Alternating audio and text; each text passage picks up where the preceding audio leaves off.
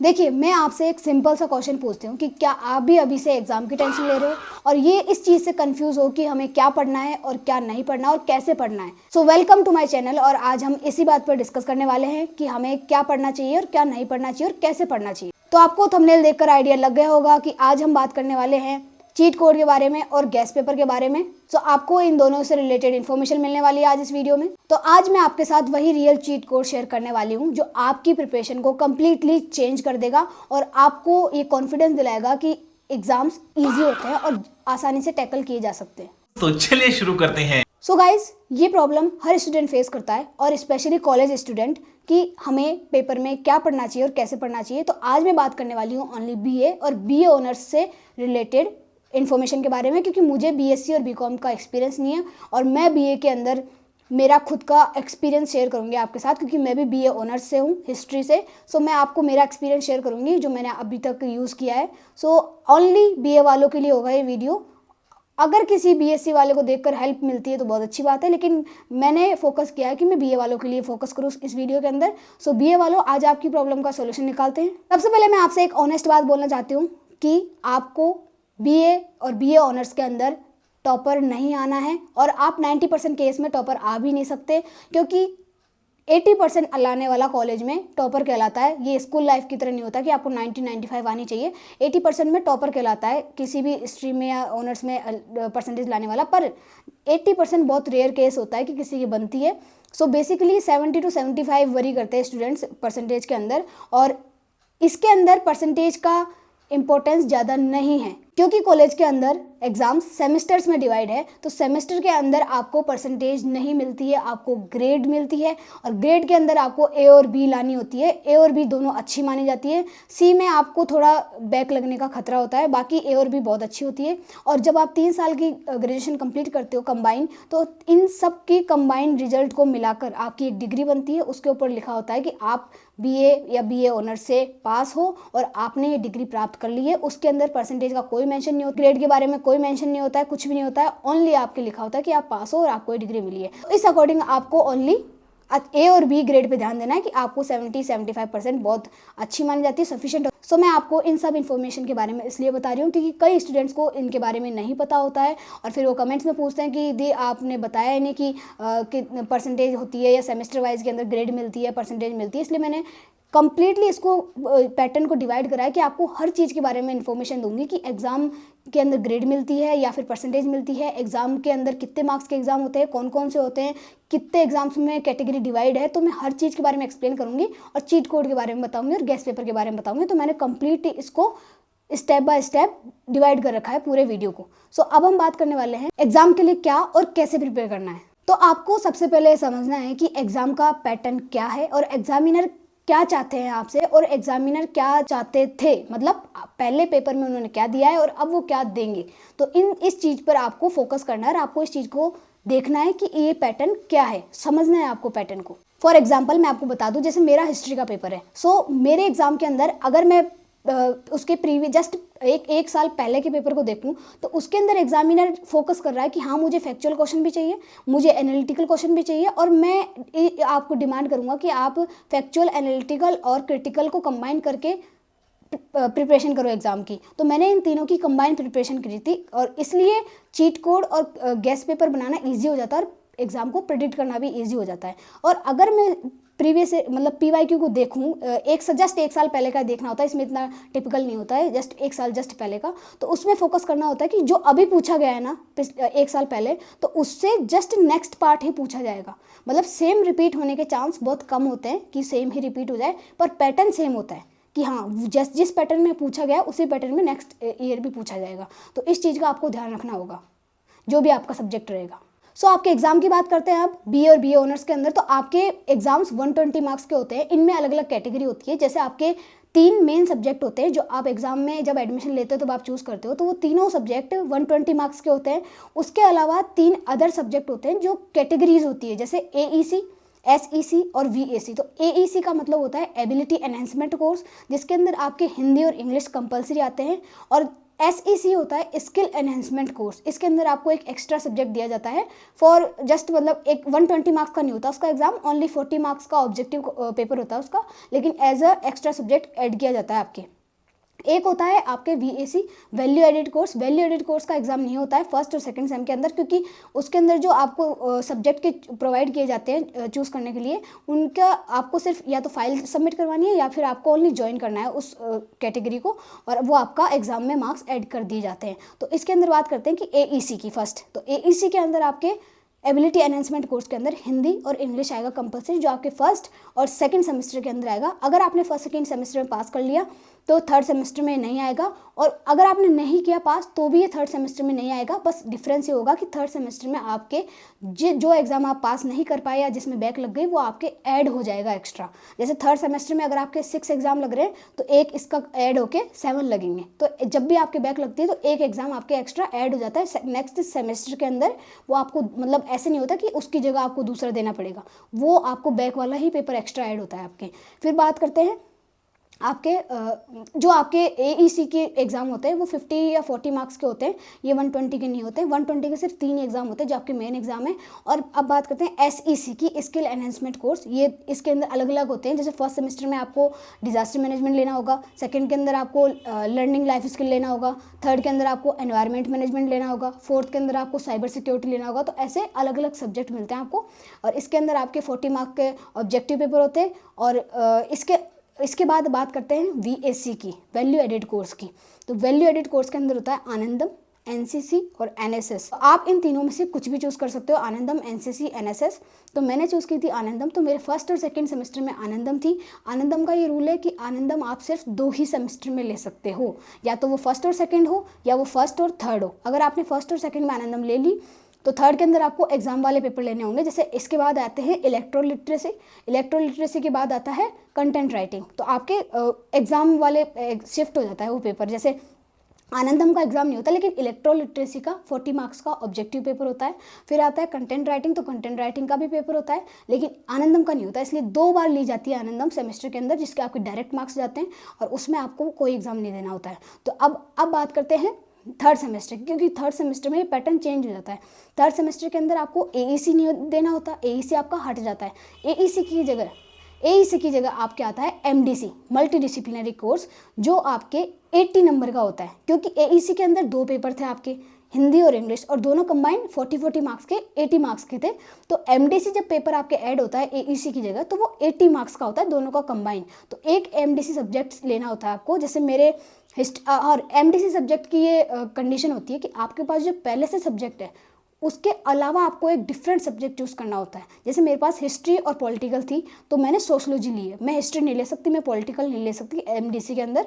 MDC different subject लेना होगा आपको। तो मैंने सोशोलॉजी ली है, तो सोशोलॉजी मेरे थर्ड और फोर्थ सेमेस्टर में दो बार आएगी।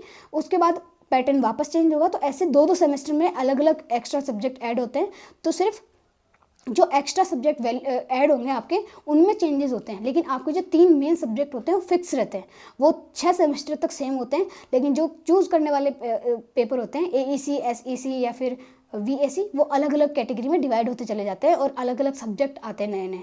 तो इनमें आपको ध्यान रखना है। सो इनमें मोस्टली आपको 17 नंबर अप्रॉक्स लाने होते हैं पास होने के लिए। ऑब्जेक्टिव में 40 नंबर का होता है, 17 में आप पास हो जाते हो, मैक्सिमम है 17, तो आपको 15 में भी पास हो जाते हो।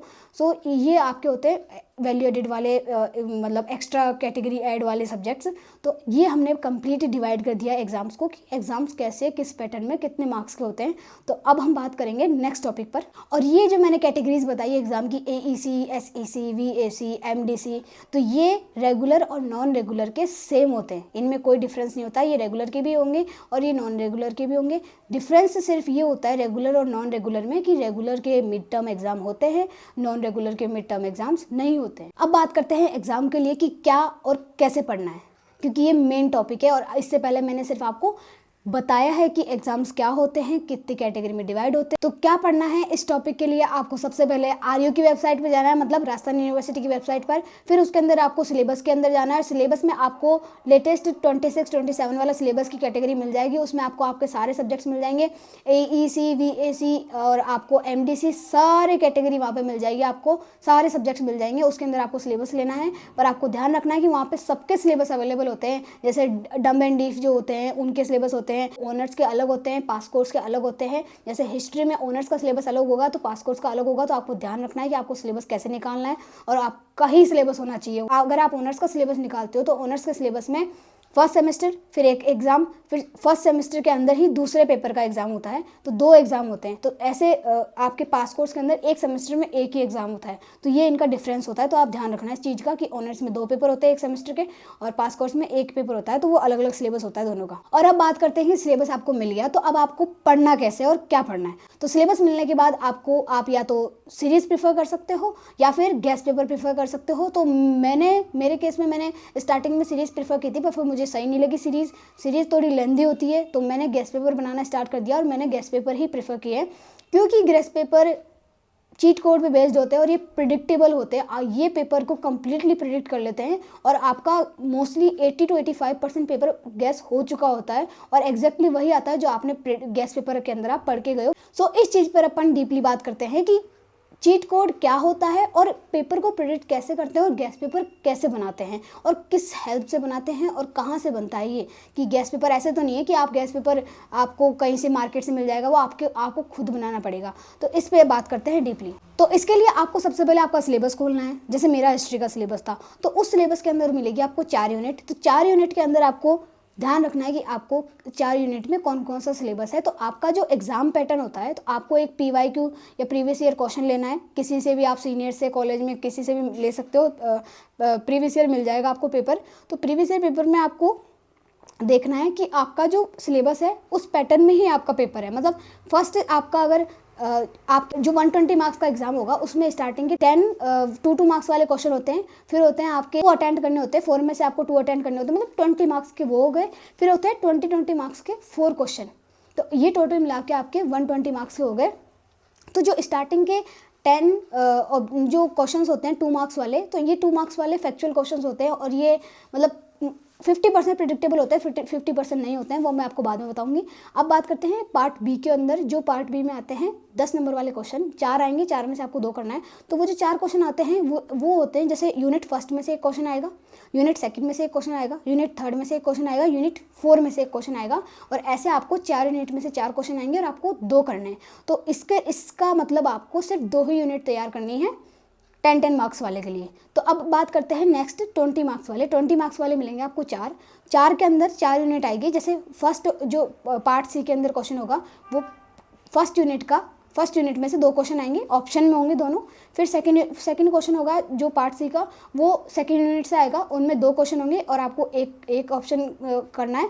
और फिर होंगे थर्ड यूनिट से आएगा, उसमें 2 क्वेश्चन होंगे थर्ड यूनिट के ही, और थर्ड यूनिट में से आपको एक अटेम्प्ट करना है। इसमें जो क्लाइमैक्स होता है वो ये होता है कि कई बार ऐसा होता है कि एक ही यूनिट में से, एक ही टॉपिक में से 2 क्वेश्चन पूछ लिए जाते हैं। जबकि अगर स्टूडेंट जो नॉर्मली गैस पेपर बना के जाएगा तो वो ये प्रिपेयर करके जाता है कि एक यूनिट में से अगर 4 टॉपिक है तो मैं दो प्रिपेयर कर जाऊँ, 2 में से 1 मिल जाएगा और 1 नहीं मिलेगा। तो ऐसे मतलब चांसेस होते हैं। लेकिन कई बार ऐसा होता है कि एक ही टॉपिक में से 2 क्वेश्चन पूछ लिए जाते हैं। तो इस चीज़ का आपको ध्यान रखना है।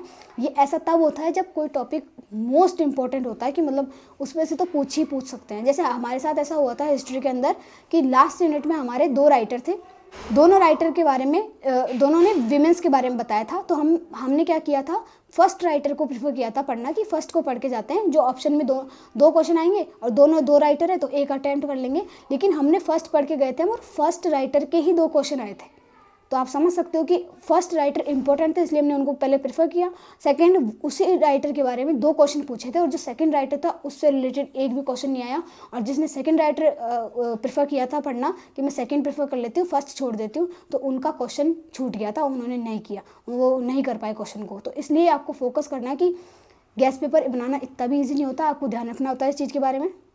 तो आपको गैस पेपर बनाना कैसे है। तो ये तो था आपका चीट कोड कि आपको पेपर को मतलब पैटर्न को कैसे समझना है और आपको चीट कोड कैसे अप्लाई करना है। तो चीट कोड अप्लाई होगा कि आपको एक एआई लेना है, कोई सा भी एआई ले सकते हो आप, Gemini, chat GPT, Google etcetera, everything, सारे काम करते हैं इसके अंदर क्योंकि ये कॉलेज एग्जाम वाले और इजीली काम कर जाते हैं।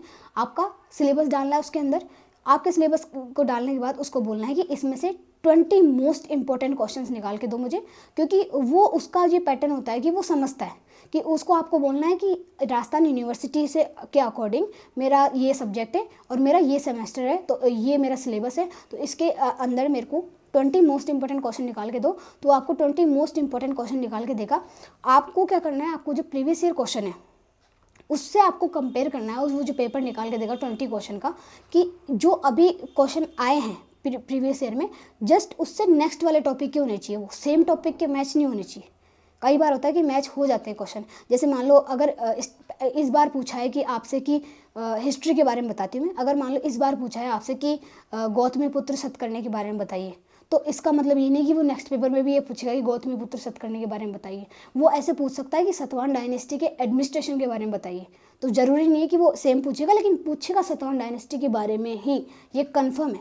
तो आपको कोर लेके चलना है किसी चीज़ का कि हाँ मेरे को सतवाहन डायनेस्टी पढ़नी है, इसमें से 4 कैटेगरी डिवाइड कर लो कि हाँ इसका अगर कल्चरल पूछेगा, पॉलिटिकल पूछेगा, तो मैं कल्चरल पॉलिटिकल तैयार कर लेती हूँ, दोनों में से एक पूछ लेगा। लेकिन अगर उसने किसी किंग के बारे में पूछ लिया तो उसका भी आपको प्रिडिक्ट होना चाहिए कि अगर प्रीवियस ईयर में वो किसी किंग के बारे में पूछ रखा है तो आपको किंग के बारे में भी लिखना है। जैसे हमारे हिस्ट्री में ये हुआ था कि 3 किंग के बारे में पहले से प्रीवियस ईयर क्वेश्चन में पूछा गया था, और अब उन 3 किंग के अलावा जो मोस्ट इंपॉर्टेंट किंग थे वो टोटल 7 थे। मतलब वो 7 भी मैंने निकाले थे चैट जीपीटी से कि जो मोस्ट इंपॉर्टेंट किंग है जिनका रोल रहा है साउथ इंडियन हिस्ट्री के अंदर, तो उन किंग का मुझे नाम दो। तो उससे 7 किंग्स के नाम दिए थे और 3 प्रीवियस ईयर में आ चुके थे, तो मैंने उन 3 को माइनस कर दिया कि उनको नहीं पढ़ना। अब जो नेक्स्ट बचे 4, तो 4 में से मैंने 3 प्रीफर किए थे और उन 3 में से 2 एग्जाम में आए थे। मतलब एक 20 मार्क्स का आया था और एक 10 मार्क्स का आया था, तो टोटल 30 मार्क्स का पेपर तो डायरेक्टली प्रिडिक्ट हो गया था। और वो मतलब सीधा आया था डायरेक्ट कि आपको अमोघ वर्ष के बारे में बताना है, आपको राजेंद्र चोला के बारे में बताना है, आपको राजा राजा चोला के बारे में बताना है, तो ऐसे डायरेक्ट पूछा जाता है। तो इस चीज़ का आपको ध्यान रखना है कि ऐसा नहीं होता कि प्रीवियस ईयर में कोई क्वेश्चन पूछा है तो सेम ही उठ के आएगा। तो आपको ये नहीं करना कि प्रीवियस ईयर को सॉल्व कर लिया, उसको पढ़ लिया और उसके अकॉर्डिंग एग्जाम में चले गए, ऐसे नहीं करना, क्योंकि इससे आपको 20% पेपर भी आपका मैच नहीं करेगा। आपको एक स्टेप आगे चलना है कि आपको सिलेबस के मोस्ट 20 इंपॉर्टेंट क्वेश्चंस पढ़ने, जो 10 और 20 नंबर के मतलब लगभग सेम लेंथ के होते हैं, जो आपको कंप्लीट तैयार करने। और रही बात 2 मार्क्स की, तो 2 नंबर मार्क्स के अंदर आपको प्रीवियस ईयर पेपर में देखना है कि वो किससे रिलेटेड पूछ रहा है। कि जैसे कई टॉपिक होता है, जैसे सोशलॉजी का है या फिर कोई फिलोसफी का है, तो उसके अंदर वो पूछते हैं कि एक सेंटेंस देते हैं और उसके अंदर पूछते हैं कि ये सेंटेंस किसने बोला है। तो आपको फिर ये ध्यान देना है कि ऐसे सेंटेंस से रिलेटेड जो क्वेश्चन है वो चैट जीपीटी को बोलो कि मेरे सब्जेक्ट ये है और उसके अंदर मुझे ऐसे सेंटेंस से रिलेटेड क्वेश्चन दो जो ऑथर के बारे में बताए कि इस ऑथर ने ये सेंटेंस लिखा है जो मोस्ट इंपॉर्टेंट हो। तो वो आपको 10 से 15 निकाल के देगा और उन्हीं में से मैच कर जाते हैं जो आपको नेक्स्ट मिलेगा। सेम मेरे साथ ऐसे हुआ था, जैसे हिस्ट्री के अंदर बुक्स के बारे में ज़्यादा पूछते हैं कि ये बुक किसने लिखी है। जैसे हमारे प्रीवियस ईयर पेपर में था कि तबाकत नसीरी किसने लिखी है ना, और हमने तैयार की थी कि जस्ट उस जो मिडिवल एरा का था उसके राइटर्स और बुक्स के नाम हमने पढ़े थे। तो मैंने 10-15 बुक्स के नाम पढ़े थे। तो तबाकत नसीरी तो नहीं आया हमारे एग्जाम में, लेकिन हमारे आया था फतवाए जहांदरी। तो हमारे फतवाए जहांदरी आया था, तो मुझे पता था कि ये मुगल पीरियड के ही पूछ रहे हैं, तो ये मुगल पीरियड का ही पूछेंगे नेक्स्ट। तो तबाकत नसीरी के बाद हमारे फतवाए जहांदरी पूछा था, जिसका मुझे आंसर आता था, जियाउद्दीन बरनी। तो इस चीज़ का आपको ध्यान रखना है कि जस्ट उस टॉपिक से रिलेटेड आपको 10 क्वेश्चन तैयार करने हैं, तो वो 2 मार्क्स के भी आप प्रिडिक्ट कर सकते हो इजीली। मतलब फर्स्ट सेमेस्टर में तो ये था कि मैंने हिस्ट्री के 2 मार्क्स के सारे 10 के 10 क्वेश्चन प्रिडिक्ट कर लिए थे। मतलब मुझे पता था कि इनमें से आएगा, क्योंकि प्रीवियस ईयर पेपर में अगर किसी टॉपिक पे फोकस किया गया है तो उसी के आसपास से आएगा वो। सेम चीज़ है, जैसे हमारे फर्स्ट सेमेस्टर में ये था कि नागर स्टाइल के बारे में पूछा है, तो हमने द्रविड़ स्टाइल पढ़ी थी और वेसार स्टाइल पढ़ी थी, तो उसने द्रविड़ स्टाइल के बारे में पूछ लिया। तो वो आर्किटेक्चर है द्रविड़ स्टाइल, तो जस्ट उसका ही टॉपिक का आसपास का आ जाता है वो। तो इस चीज़ का आपको ध्यान रखना है कि आपको 2 मार्क्स के अंदर जो जो पूछा है ना, तो उसकी कैटेगरी क्या है क्वेश्चन पूछने की, कि वो डेफिनेशन पूछ रहा है या फिर वो ये पूछ रहा है कि फादर ऑफ सोशोलॉजी कौन है। तो फिर आपको ये ध्यान रखना है कि जैसे मान लो फिलोसफी के अंदर इंपॉर्टेंट कोई फिलोसोफर है, तो फिलोसोफर की कोई बात है कि या फिर उसने कोई बुक लिखी है, तो फिलोसफर्स की बुक्स के आपको नाम याद करने हैं, तो उससे जस्ट रिलेटेड वाले क्वेश्चन आपको देखने हैं। और ये मोस्टली आपको ज़्यादा नहीं पड़ेंगे, आपको 10 पेज के क्वेश्चन होते हैं 2-2 नंबर वाले, जो आपके 100% प्रिडिक्टेबल होते हैं, उससे बाहर पेपर नहीं जाता है। और मोस्टली होता है ऐसा पढ़ना है। कई बार ऐसा होता है कि आपके क्वेश्चंस मैच नहीं करते, जैसे हमारे अभी इस सेमेस्टर के अंदर है ना, एक पेपर के 2 मार्क्स वाले क्वेश्चन मैच नहीं करे, लेकिन जो सेकंड पेपर था साउथ इंडियन हिस्ट्री का, वो सारे मैच कर गए थे, मेरे को सारे आ गए थे। तो इसलिए ना आपको ध्यान रखना होता है, आपको ऐसी प्रिपरेशन करनी होती है कि आपके 2 मार्क्स की मैच कर जाए इजीली। लेकिन अगर आप सीरीज पर डिपेंड हो कम्प्लीटली, तो आपके 2 नंबर के जो 2 मार्क्स के क्वेश्चन है वो बिल्कुल भी आपको नहीं आएंगे, क्योंकि सीरीज़ का तो अता पता ही नहीं होता कहाँ से क्या आ रहा है, कैसे आ रहा है। तो सीरीज़ का मैं प्रेफर नहीं करती। और रही बात 10 और 20 मार्क्स की, अगर आप सीरीज़ पे डिपेंड होगे तो सीरीज़ बहुत लेंदी ले जाएगी। और कई बार ऐसा होता है कि सारा जितना भी आप पढ़ते हो आपके दिमाग में मिक्स हो जाता है, ऐसे गुचर पुचर हो जाता है, तो फिर आपको पता नहीं होता कि आपको क्या लिखना है और क्या नहीं लिखना। इसलिए आप एकदम सेपरेट, एकदम क्लियर वर्जन बनाओ, एक्सप्लिसिट वर्जन बनाओ आपका, कि इसके अंदर बस ये 20 क्वेश्चन है, ये 22 क्वेश्चन है, ये मेरे को पढ़ने हैं, और कुछ भी आए चाहे, लेकिन इस टॉपिक से रिलेटेड कुछ आ रहा है तो यही आंसर लिखना है मुझे। अगर एग्जामिनर सतवाहन डायनेस्टी के कल्चरल और पॉलिटिकल अचीवमेंट के बारे में पूछ रहा है, और आपको पता है कि गौतमीपुत्र सतकर्णी के पॉलिटिकल कल्चरल अचीवमेंट, तो आप गौतमीपुत्र सतकर्णी के political cultural achievement Satavahana dynasty के पॉलिटिकल और कल्चरल अचीवमेंट में लिख सकते हो। तो इस चीज़ का आपको ध्यान रखना है कि आपको कनेक्ट करना है आंसर्स को, कि इसका इसमें भी लिखा जा सकता है, इसका इसमें भी लिखा जा सकता है। तो ये बहुत इंपॉर्टेंट पर्सपेक्टिव होता है लिखने का। अगर आप इस अकॉर्डिंग पढ़ोगे तो आपका सिलेबस बहुत छोटा हो जाएगा और आप उसको बहुत ईजिली पढ़ पाओगे। और ये था मेरा कंप्लीट चीट कोड। अगर आपको नहीं समझ में आया तो मुझे कमेंट में बताना, मैं आपको थोड़ा बहुत और एक्सप्लेन करने की कोशिश करूँगी। अगर मेरे अकॉर्डिंग मैंने बहुत डीपली समझाया है कि इसको कैसे आपको कवर करना है। और मोस्टली आप चैट जीपीटी, जेमिनाई, कोई सा भी एआई यूज़ कर सकते हो इसके लिए, और उसको बोलना कि राजस्थान यूनिवर्सिटी का ही एग्जामिनेशन है, तो ये उसी के अकॉर्डिंग बताएगा, और उसको पता होता है कि एग्जामिनर का पर्सपेक्टिव क्या होगा पूछने का। तो आपको उसको बस ये डालना है कि एक सिलेबस डालना है, सिलेबस में से आपको निकालना है कि इसके 20 क्वेश्चन मेरे को निकाल के दे दे, और 2 मार्क्स के मैंने आपको बताया कैसे निकालने हैं आपको। तो ये आपका कंप्लीट गेस्ट पेपर बनाने का तरीका था, और कहाँ से बनाना है मैंने बता दिया। इस तरीके से आपको सिर्फ स्मार्ट स्टडी पे फोकस करना है, जिससे आप आपकी एग्जाम्स को 2 दिन पहले भी प्रिपेयर कर सकते हो ईजिली। मैंने खुद करके देखा है, मैंने 2 घंटे भी प्रिपेयर करके देखा है। 2 घंटे प्रिपेयर करके मैंने पॉलिटिकल में +100 मार्क्स लाए थे। तो ऐसे इस अकॉर्डिंग आप बहुत अच्छे से और इजीली पढ़ सकते हो। लेकिन ये सिर्फ कॉलेज एग्जाम्स पे लागू होता है, अगर ये आप किसी और एग्जाम्स पे लागू करोगे तो आप फेल हो जाओगे, तो वो आप आपके अकॉर्डिंग देख लो। मैं बस आपसे एक चीज़ कहना चाहती हूँ कि आपको परफेक्ट होने की ज़रूरत नहीं है, आपको बस स्मार्ट और कंसिस्टेंट रहना है इस चीज़ के अंदर, कि आप एग्जाम्स को कैसे प्रिपेयर कर रहे हो। तो आप हर सेमेस्टर में उसी स्ट्रेटेजी से प्रिपेयर करो, जिससे आपका माइंड भी कंफ्यूज नहीं हो और आप इजीली उस चीज़ को कर पाओ। बिलीव कीजिए, अगर आपने स्ट्रेटेजी फॉलो कर ली तो आप बीए ऑनर्स आपके लिए बहुत इजी हो जाएगी। और अगर जो बीए ऑनर्स बैकग्राउंड से पहले नहीं थे, जैसे पहले जो 12th में साइंस ले रखी थी जिन्होंने, उनके लिए बहुत इंपॉर्टेंट वीडियो रहेगा कि बीए और बीए ऑनर्स में आपको कैसे पढ़ना चाहिए, कैसे प्रेफर करना चाहिए। क्योंकि टीचर्स तो आपको बुक पढ़ने के लिए बोलेंगे ऑब्वियसली, लेकिन आपको ध्यान रखना है कि आपको क्या पढ़ना है। आपने स्ट्रेटेजी फॉलो की तो ऑनेस्टली आपका रिजल्ट डेफिनेटली इंप्रूव होगा। और सबसे इंपॉर्टेंट बात कि आपके बैक नहीं लगेगी। अगर आपको ये वीडियो हेल्पफुल लगा तो लाइक कीजिएगा, सब्सक्राइब कीजिएगा और कमेंट कीजिएगा कि आप किस सेमेस्टर से हो।